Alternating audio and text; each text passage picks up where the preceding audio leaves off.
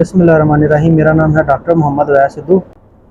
आज हम डिस्कस करेंगे कि न्यूली बॉर्न काव्स होते हैं, बछड़े होते हैं काऊ के, उनको हमने दूध जो पिलाना है उसकी क्वालिटी क्या होनी चाहिए और कितना हमने उनको दूध पिलाना है और कितनी एज तक हमने उनको दूध पिलाना है और क्वालिटी, ये हम इस वीडियो में डिस्कस करेंगे। अगर आप मेरे यूट्यूब चैनल के ऊपर नए हैं तो मेरे यूट्यूब चैनल को सब्सक्राइब करें ताकि आपको मज़ीद जो इन्फॉर्मेटिव वीडियोस हैं वो मिल सके डेयरी से रिलेटेड। शुक्रिया।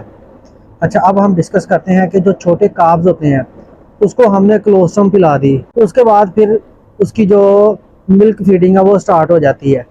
वो हमने कैसे पिलानी है, क्योंकि जो छोटा काफ होता है न्यूली बॉर्न वो टोटली डिपेंडेंट होता है, उसकी 100% वो दूध के ऊपर डिपेंडेंट होता है जो उसकी काऊ का होता है।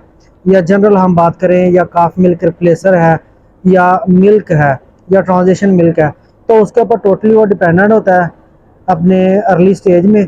तो हमने काव्स को जो दूध पिलाना होता है वो हम 10 से 15% उसका जो बॉडी वेट के हिसाब से हम पिलाते हैं। हम चाहते हैं कि अच्छा उनका ग्रोथ रेट लें, तो फिर हम वो बॉडी वेट का जो होता है 10% की बजाय हम उनको 15% के हिसाब से दूध पिलाते हैं ताकि उनकी जो सफिशिएंट रिक्वायरमेंट है एनर्जी की, प्रोटीन की, भी पूरी हो सके। छोटे काव्स होते हैं उनको हमने उनकी जो मिल्क फीडिंग है उसके दौरान किन बातों का ख्याल रखना है। एक तो हमने ये ख्याल रखना है कि किसी भी डिजीज वाली काऊ का दूध हमने उनको नहीं पिलाना या जो वेस्टेड मिल्क है वो हमने नहीं पिलाना।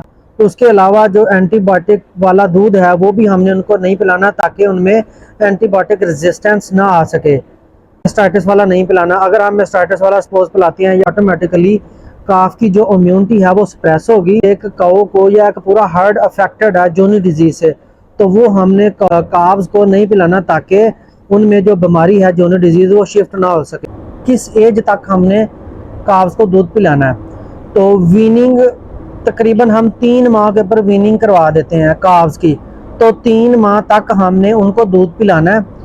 और जब हमने उसकी वीनिंग करवानी है तो वो 10 से 15 दिन का हमने टाइम उसको देना। उसमें हमने ग्रेजुअली उसका जो दूध है वो कम करता है। लिक्विड फीड हम दे रहे हैं उसको हमने ख़त्म कर देना। वीनिंग के ऊपर मिनिमम अगर हम बात करें तो 1 kg मैक्सिमम 2 kg काफ स्टार्टर एक काफ को खा लेना चाहिए। दूसरा हम डिस्कस करते हैं कि जब हमने काफ्स को दूध पिलाना तो हाइजीन का आपने लाजमी ख्याल रखना है। जो फीडर्स हैं जिसके ज़रिए हम दूध पिला रहे हैं वो अच्छी तरह साफ़ होने चाहिए। उसकी निप्पल का आपने ख्याल रखना, उसकी सफाई होनी चाहिए। और जो फीडर है उसके अंदर वाली जो दीवार है वो लेयर्स हैं उसमें कोई मिल्क का रेजिड्यू जमा नहीं होना चाहिए। अगर मिल्क के रेजिड्यूज अंदर जम जाते हैं तो फिर माइक्रो ऑर्गेनिज्म के लिए, पैथोजेनिक बैक्टीरिया के लिए वो एक सबस्ट्रेट के तौर पे काम करता है, जिसकी वजह से माइक्रो ऑर्गेनिज्म अंदर पैदा हो जाते हैं तो वो फिर डायरिया नमूनिया काज करते हैं काव्स में।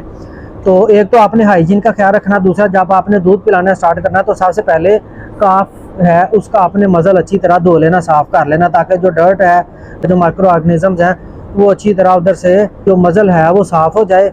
फिर हमने उसको दूध पिलाना।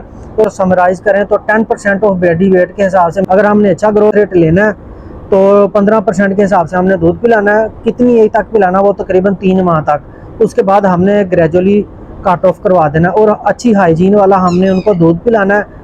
और उसके अलावा मिल्क रेजिम जो मिल्क वेस्ट है वो भी हमने नहीं उनको पिलाना, एंटीबायोटिक वाला भी नहीं पिलाना।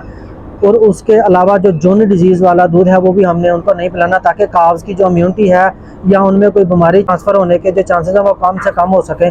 इस तरह हमने छोटे काव्स को दूध पिलाना है। Thank you for watching.